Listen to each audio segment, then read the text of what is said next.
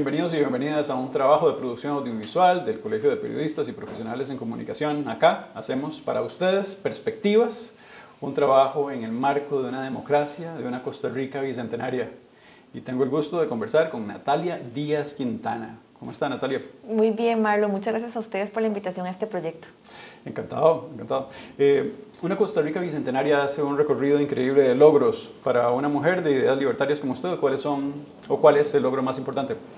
Difícil escoger solo uno. El tema del sistema de salud, para mí es un gran logro del país. La democracia, las más sólidas en el mundo, otro referente importante. El tema del medio ambiente. Son tantos los temas positivos que tenemos que es difícil escoger. Pero creo que el tema de la democracia es algo que nos ha caracterizado a nivel mundial y que es una de nuestras mayores fortalezas. Pues tremenda tarea quien llegue a la presidencia de tratar de fortalecer sobre todo esa sanidad pública que ha respondido en época de pandemia y por supuesto también hay algo que me llama la atención que usted comenta que es todo el tema ecológico que está en debate en estos días. Sí. Hablemos de impuestos. Si usted llegase a la presidencia, ¿cuál sería su política? Simplificar el sistema tributario. Hoy hay más de 100 impuestos, 105, pero solamente 4 de ellos recaudan el 90% de esos ingresos. Yo creo que el sistema debe de hacerse mucho más simple, reducir no solamente la cantidad de los impuestos, sino las tasas.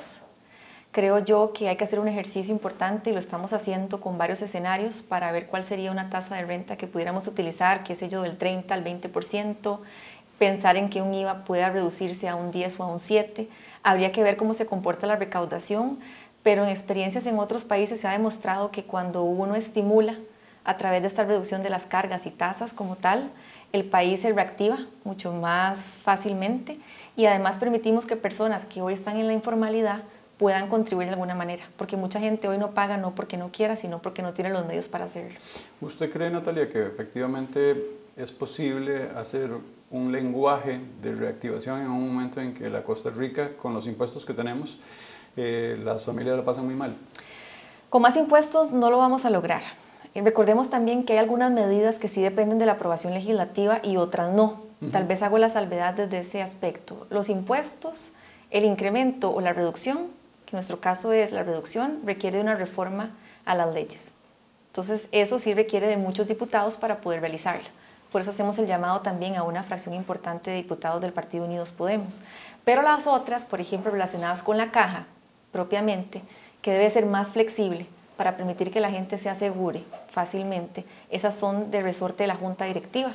El presidente de la República puede nombrar, y de hecho lo hace, al presidente ejecutivo de la Caja, y puede instruirlo para que a nivel de la Junta puedan tomar acuerdos trascendentales, como la reducción de cargas sociales para las micro, pequeñas y medianas empresas que tanto necesitan, que además es la mayoría del parque empresarial del país, trabajadores independientes, que hoy no están pudiendo cotizar, el 93% de ellos está informal, porque los montos que están cobrando no tienen sentido, 18%, cuando en una planilla cualquier trabajador paga el 10.5%. Vea que se habla en este momento de un 18% de desempleo, es el dato oficial más cercano, pero paralelamente a eso hay un subempleo inmenso y estos que son sectores que usted dice que ni siquiera aparecen reportados porque conforme ha pasado el comportamiento de los años en temas laborales, se ha significado de que han permanecido de manera irregular durante muchos años. Yo considero que es bastante complejo el poder restablecer eso en mecanismos de que la gente lo pueda volver en tributos. Sí, y bueno, eso es un reto muy grande. Nada se va a lograr de la noche a la mañana, pero sí se pueden dar pequeños pasos, muchos de ellos sin ley, como le digo, como este de la Junta. Para mí eso es trascendental y eso depende también de la decisión de una Junta y del Poder Ejecutivo con un presidente ejecutivo de la Caja que impulse. Es muy potente algo que usted me acaba de haber dicho, que es para usted uno de los valores más importantes de esa Costa Rica bicentenaria es la democracia. Pues la democracia costarricense es muy sólida y hay instituciones fundamentales en esa hoja de ruta. Para su partido, Unidos Podemos, ¿cuáles serían las 3 instituciones más importantes que dan fortaleza a esa democracia? Bueno, me parece que la Caja es una de ellas por el sistema de salud, pero deben de mejorarse en muchos aspectos. ¿Verdad? Que sea una institución buena no quiere decir que no se pueda mejorar. Entonces, para mí esa es una de ellas. También el tema del ICE, con los defectos que tiene, mucho se puede hacer también para mejorarlo en el sentido de la conexión a electricidad que tenemos, que ha sido también referente en muchos países. Realmente creo que esa conexión es importante y ha permitido a muchas familias tener electricidad. Sin embargo, hoy también tenemos enormes retos del costo de esa electricidad. Y yo creo que también, bueno, la Asamblea Legislativa, la separación de poderes como tal. Para mí eso es vital en una democracia, porque una Asamblea Legislativa que se pueda manejar de forma independiente, de igual forma un Poder Judicial y un Poder Ejecutivo que tengan los sistemas de pesos y contrapesos es vital en una democracia. Entonces, para mí esos serían los 3 pilares del país que son, a mi criterio, de los más relevantes. Qué tremenda tarea para quienes lleguen a Asamblea Legislativa de Unidos Podemos, si es así que lo pueden hacer, que piensen en reestructurar mucho esa política pública alrededor de la escogencia de lo que significan los magistrados, inclusive otros puestos de elección que fortalecen esa democracia. ¿Cómo se financia Unidos Podemos? De momento estamos buscando los recursos para ello. Ahorita no tenemos el acceso a los bonos de deuda política, que va a ser el mecanismo que eventualmente vamos a utilizar. Y eso lo que funciona es a partir de octubre. Durante octubre y hasta el 6 de febrero se permite ese financiamiento. Se colocan los bonos con un descuento y eso se compra. Y si el partido obtiene un 4% de los votos o un diputado, tiene derecho al acceso a la deuda. ¿Qué pasa si no tienen ese acceso? Bueno, es riesgo de quien compra el bono, que esa es una ventaja para también no quedar endeudados con un banco. Nuestro interés no es obtener préstamos millonarios para después comprometer el dinero de la gente. ¿No existe otra modalidad de financiamiento, Natalia? Donaciones que no... ¿Cómo se hace para regular y transparentar eso? Bueno, ya está regulado en el Código Electoral. Hoy no pueden donar lo que son sociedades ni extranjeros. Se tiene que hacer la donación a la cuenta del partido. Y eso se puede hacer, bueno, desde siempre, a raíz de la reforma del Código Electoral, esto se estableció así, porque antes sí era permitido. Así es. Y luego de eso están los bonos. Los bonos solamente se permiten para las elecciones presidenciales, no para las municipales. Entonces, en este caso, sí está la figura habilitada de los bonos de la deuda y está la otra figura de la donación. O los préstamos bancarios, pero en el caso de nosotros no lo vamos a tomar en consideración. ¿Hay alguna cercanía ideológica con algún otro partido que se pudiese llamar igual que ustedes en el extranjero? No, para nada. De hecho, el nombre también proviene de una coalición de izquierda en España.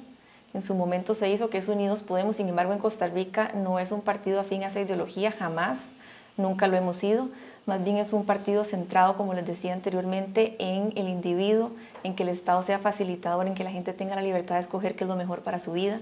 O sea, totalmente opuesto a ese partido, pero el nombre nos pareció muy potente y nos gustó.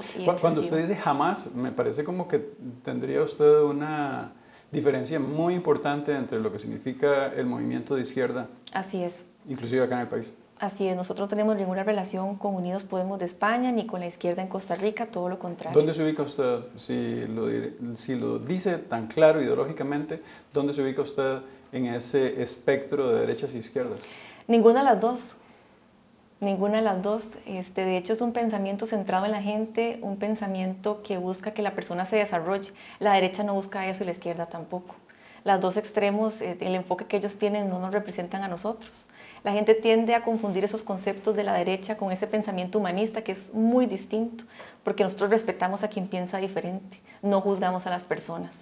Cada uno es dueño de su vida y debe hacer lo que considere y eso se respeta. ¿Es progresista entonces? No, tampoco, porque el progresista también abandera esa lucha y es más de un estado de bienestar que tampoco nosotros lo vemos. Entonces tampoco me consideraría progresista. ¿Cuál es el mayor reto que enfrentamos en materia fiscal para el 2022?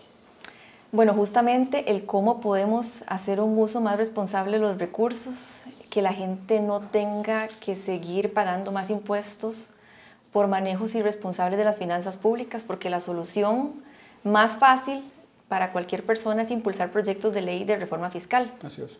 Porque yo nada más impulso el proyecto, busco los votos y rige a partir de que se publique. Entonces casi que es inmediato. Lo complejo es lograr los votos, Natalia. Sí, es complejo, pero de mi experiencia también en el Congreso cuesta mucho que los partidos políticos crean en la reducción de impuestos. Quizás ahora, por la época en la que estamos, de una situación económica crítica, muchos de ellos han venido diciendo reduzcamos el impuestos y recuperemos el país, pero eso no ha sido la constante siempre. La mayoría de partidos no tiene esa visión. ¿Tiene claro que el Congreso que usted vio y en el que compartió va a tener tremenda distancia con el Congreso que tendría que enfrentar, ya que también usted está aspirando a una doble postulación? Así es, siempre va a haber fragmentación. Es muy difícil que a raíz de lo que ha venido ocurriendo con más de 10 partidos, muy probablemente que se vayan a inscribir, no vaya a darse. Así que estoy preparada para eso en el caso de que la gente no decida que llegue a la presidencia, pero nuestro objetivo también es la presidencia de la República, siempre teniendo una representación importante de diputados en el Congreso, porque no se hace nada con una fracción pequeña, es decir, que no se quiebre el voto, sería el mensaje. Tenemos una producción audiovisual maravillosa del Colegio de Periodistas y Profesionales en Comunicación. Se llama Perspectivas y está para ustedes en el marco de una democracia bicentenaria. Y tengo el gusto de conversar con Natalia Díaz Quintana. Natalia, si usted llegara a la presidencia, ¿cuál institución pública cerraría? Ninguna de momento. Sería irresponsable decirle una respuesta en ese aspecto porque eso requiere de una evaluación que tengo entendido que ya Mideplan se está haciendo y no se puede cerrar nada hasta que paralelamente no se reduzca el gasto público. Porque eso implicaría que el dinero de esa venta se utilice para seguir financiando el gasto de forma irresponsable y no tiene sentido. Si no se toma primero el gasto y referido al presupuesto nacional, puntualmente que tiene que ver con las transferencias, revisar ese tema, donde están las pensiones con cargo al presupuesto nacional, donde está también intereses y amortizaciones como un rubro importante que hay que ir bajando. Ve que peligroso el concepto de gasto, porque el concepto de gasto, cuando se mira así, también debe de verse, en el caso de la educación superior, sí, como inversión. Como inversión, sí. Tiene usted una tarea tremenda porque las universidades no pueden dejar de ser respaldadas y sobre todo también la educación gratuita y obligatoria. Yo estoy a favor de eso. Me parece que lo que debe es, primero, hablar con las universidades, reunirse, externar las preocupaciones que son de muchas personas. En ningún momento se ha hablado de que se quite ese acceso a la educación, pero debe de haber también un estudio para saber si los gastos se están reasignando de forma responsable. Porque se ha dicho también, y estudios de la OCDE han establecido que muchos de esos gastos no necesariamente van a educación, sino a gasto administrativo. Y ese es el enfoque que queremos evitar. Queremos que la gente tenga el acceso, que haya más estudiantes con becas, que la gente tenga esa oportunidad de realmente estudiar, porque en eso estoy completamente de acuerdo. Le puedo decir, al menos yo trabajo para la Universidad Nacional y más o menos el 80% de estudiantes están becados antes de llegar a terminar su grado, entonces creo que eso es una oportunidad única que además para quienes enseñamos humanidades nos resulta una maravilla encontrarnos personas de diferentes lugares del país, de diferentes procedencias, inclusive en el marco de lo que significa su capacidad adquisitiva y que ahí se juntan todos para poder debatir. Esa es la belleza de la universidad pública. Costa Rica se distingue, Natalia, por ser un país ecológico. ¿Usted es consciente que la piña y la palma han tenido que enfrentar situaciones donde no hay un cuidado del medio ambiente? Sí, pero no podemos generalizar.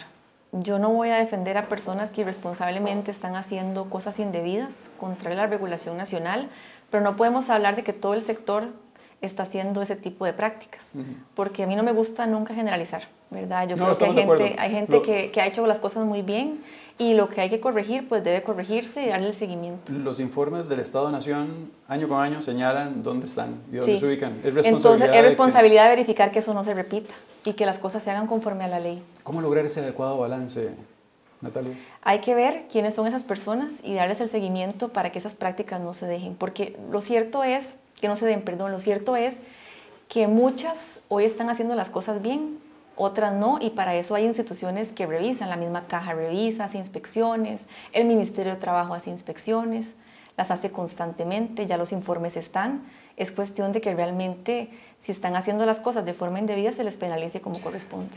Hoy justo se publicó un informe sobre el manejo de los hidrocarburos. ¿Está de acuerdo usted con la producción de petróleo y de gas natural en el país? Sí, yo lo he externado. Estoy a favor de la exploración del gas natural, específicamente sería algo que yo impulsaría, porque países número 1 en desarrollo sostenible en el mundo, como Noruega, que se ha establecido como un referente, también lo hace y lo que hace es tomar los recursos para financiar la transición energética. Yo creo en las energías renovables, yo creo que el país debe avanzar, creo en la protección del medio ambiente, lo defiendo y siempre lo defenderé, pero eso requiere de dinero. Y para ese dinero, hoy no tenemos los recursos. Solamente entonces, para invertir, Natalia, en poder hacer un pozo petrolero se necesitan más o menos 6 millones de dólares. Bueno, alianzas público-privadas, Noruega tiene una alianza con compañía estatal. ¿No le parece que es retroceder, Natalia? No, porque yo siento que más bien es tener los recursos para avanzar hacia esa transición. Países número 1, le digo que Noruega es el referente mundial en desarrollo sostenible número 1 del mundo. Tiene el 54% de su flota vehicular eléctrica. Todos queremos eso para el país. Costa Rica ha sido un país ambientalmente muy superior a muchos, sin embargo tenemos retos enormes. Tratamiento de aguas residuales, todavía en proceso. Se tiran muchas a los ríos aún, a pesar de ser un país referente en ese tema. Entonces, ¿por qué no utilizar esos recursos para esas plantas de tratamiento? Hoy se están haciendo préstamos para eso, en préstamos internacionales. Podríamos utilizar los recursos para financiar este tipo de proyectos. Los datos de este informe son fulminantes, porque hablan de que la utilización de ese recurso inclusive va a estar en desuso en el marco de los próximos 15 años. Y si se utilizan en un lenguaje de descompensación, podría enfrentar inclusive problemas fiscales el país. Bueno, inclusive, no sé si ha visto las proyecciones de Bloomberg, donde habla que el gas natural va a desplazar al petróleo muy pronto y va a ser un combustible. El petróleo se va a seguir utilizando, pero el gas natural va a ser el primero. 2040, 2050 seguiremos dependiendo todavía. Entonces, esas proyecciones dicen que esos dos van a seguir funcionando y además las energías renovables se utilizan en paralelo, ¿verdad? Yo estoy a favor del desarrollo de la energía solar y eólica. Sin embargo, también... ¿La extracción de oro, Natalia? ¿Perdón? La extracción de oro. También que se regule como corresponde, porque de por sí hoy se está sacando de forma ilegal, se están yendo los recursos, al país no le queda nada y el trabajo tico tampoco. ¿Existen mecanismos para esa recolección que contaminen el medio ambiente? Sí, por supuesto que eso tiene un proceso de protección y las leyes tienen que ser muy claras en ese sentido, pero yo prefiero que el país entre responsablemente a regularlo a que se siga haciendo como se hace hoy, de forma irresponsable. La salud mental es fundamental en esta época de pandemia. ¿Podría hacer usted una hoja de ruta crítica sobre cómo el país ha abordado el tema de la salud mental y sobre todo en este momento tan importante país? No conozco cómo lo ha abordado, creo que hay falencias en ese aspecto porque realmente al tener a la gente en sus casas sin ingresos, muchas de ellas conviviendo con la familia, cosa que ya es difícil, y además con los centros educativos donde muchos de los niños no han podido asistir muchas partes del año a las clases, por supuesto que nos afecta a todos. No sé si hay algún estudio relacionado con eso, pero sí debe de haber un rol del Estado en ese sentido, en la educación, en dar los apoyos a los padres de familia, a los niños, porque realmente quedaron desfasados. O sea, hasta la misma interacción de un niño con otro es tan importante en el desarrollo infantil que eso puede generar secuelas a largo plazo. Entonces sí tiene que haber un abordaje en ese tema. No sé cuál ha sido el abordaje porque no lo conozco, ni he escuchado el tema, no sé si hay algo que se haya hecho públicamente, pero sí estoy a favor de que se realice. ¿Existen datos duros sobre la gran cantidad de personas que en este país están pasando momentos de salud mental y que enfrentan situaciones de tensión que al final significan la muerte de Natalia? Sí, y el tema de empleo, Marlon, ahí. O sea, no hay nada más terrible que estar desempleado en una situación como la que estamos hoy y sentirse que no es una persona útil para la sociedad. Creo que es parte de los, digamos, de todo ese ecosistema tan importante que tenemos de frente. En el pasado proceso electoral, después de que usted participó en la precandidatura, usted no respaldó a quien era el candidato presidencial, en este caso, don Otto Guevara. Mirando reposadamente, tantos años después, esa decisión, ¿cree que sigue siendo la más adecuada? Sí, lo creo que fue la mejor decisión que tomé. ¿Por qué? Porque la forma de hacer política no me representaba. Y por eso traté desde lo interno de cambiar las cosas. ¿Me puede explicar un poco mejor qué significa la forma de hacer política? La forma de ser de él no es compatible con la mía, somos personas completamente distintas y la forma también de desempeñarse en el ámbito político. Al final no representaba los valores míos. ¿Qué es lo que hace él que no le puede gustar? La forma de ser de él en general, en el ámbito político. Me parece que al final no fuimos compatibles en muchos temas.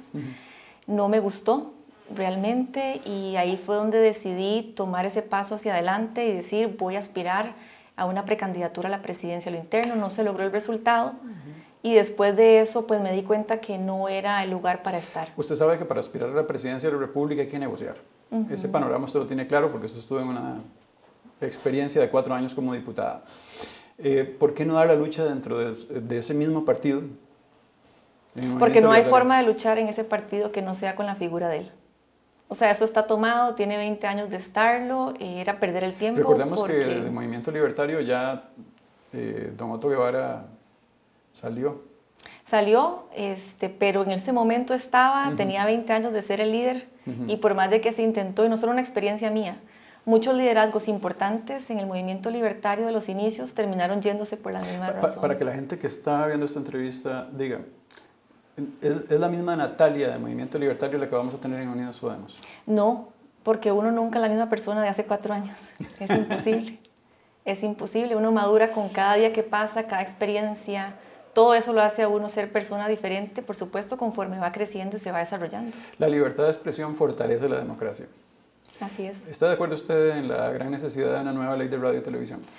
Sí, podría verificarse, por supuesto, pero ha habido algunos intentos en el pasado que lo que hace es amordazar más bien y la línea es muy delgada, me preocupa.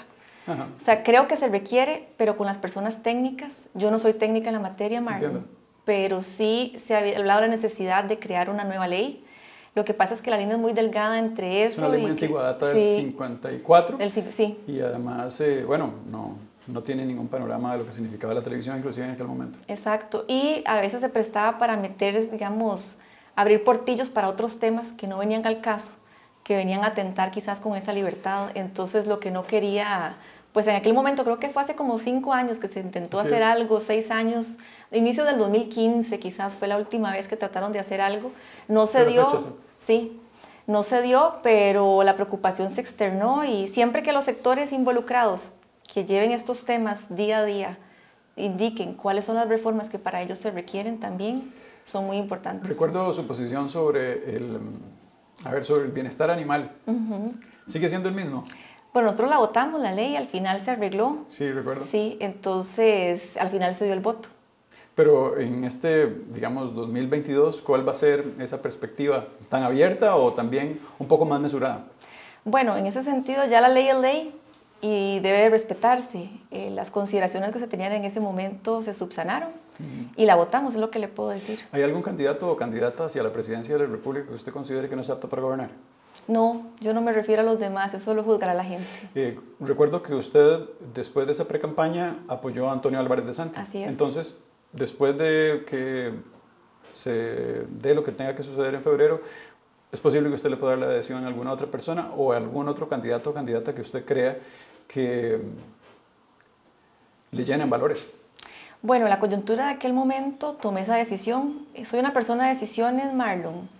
Y decisiones buenas o malas las tomo, de eso se requiere también para estar en la política. En aquel momento pensé que era la mejor opción.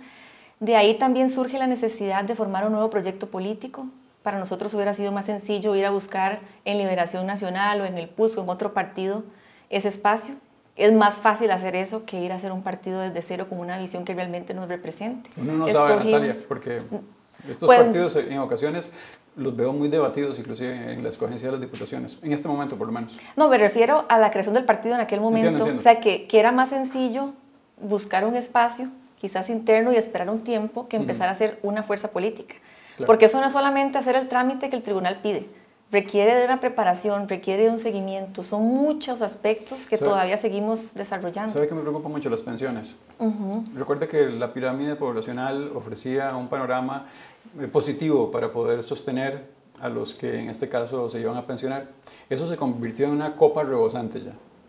Eso quiere decir que usted y yo no vamos a ver las pensiones. No las vamos a ver muy probablemente. ¿Qué va a hacer Unidos Podemos para, por lo menos en la hoja de ruta del mismo Asamblea Legislativa, cambiar el panorama? Bueno, la Caja tiene algunas medidas que están en discusión. Más o menos creo que son 2 o 3 medidas. La pensión anticipada, eliminarla.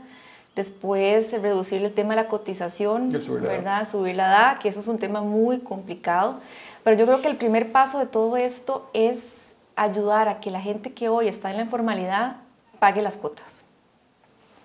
Y hay que trabajar en que se pague esas cuotas con base en el tiempo real trabajado, no con la base mínima que establece la Caja, porque eso desincentiva que la gente se asegure. Y estamos hablando de los trabajadores temporales o independientes. Porque si yo trabajo solo 4 horas al día, yo tengo que cotizar sobre la base mínima de la Caja, que anda por 287.000 colones, a pesar de que yo gane, por ejemplo, que serán 180.000, 200.000 por mes por un trabajo, ¿verdad? Busco en otros y gano y me complemento el salario. Pero lo cierto es que hoy no se me permite cotizar sobre esos 200.000, sino el mínimo de 287. Entonces el seguro sale muy caro que yo no estoy pagando sobre lo que yo... Entonces, eso hay que buscar cómo se reforma. Creo que eso debe reducirse, esa base mínima, eventualmente eliminarse y permitir que la gente se asegure por ese tiempo real, porque hoy hay 900,000 personas en los trabajadores que no están cotizando nada. Primer paso, si la caja quiere tener recursos, trate de que la gente que esté en la informalidad se pase a la formalidad. Y después de eso, ver las otras medidas. Pensión anticipada, yo podría valorar ese tema, me parece que es una medida importante, ¿verdad? Porque hoy ya la gente se asegura con 65 años, tiene derecho a pensión, 65 años y 300 cuotas. Las pensiones anticipadas son para funcionarios de 450 cuotas, que en caso de mujer son 59 años y 11 meses y hombre 61 años y 11 meses. Hay dos temas que me gustaría saber más que todos, un sí o un no. ¿El aborto? No. ¿Eutanasia? No. Muchas gracias, Natalia. A usted, Marlon. Para nosotros hacer televisión y en este caso también producción audiovisual para ustedes es algo muy importante. Llevamos una jornada tremenda de una gran cantidad de personas que participan con sus candidaturas hacia la presidencia de la República en el 2022 y eso solamente lo hace posible un proyecto como este, un proyecto ciudadano comprometido con nada más y nada menos que con fortalecer la democracia, esa democracia bicentenaria. Muchas gracias, hasta luego.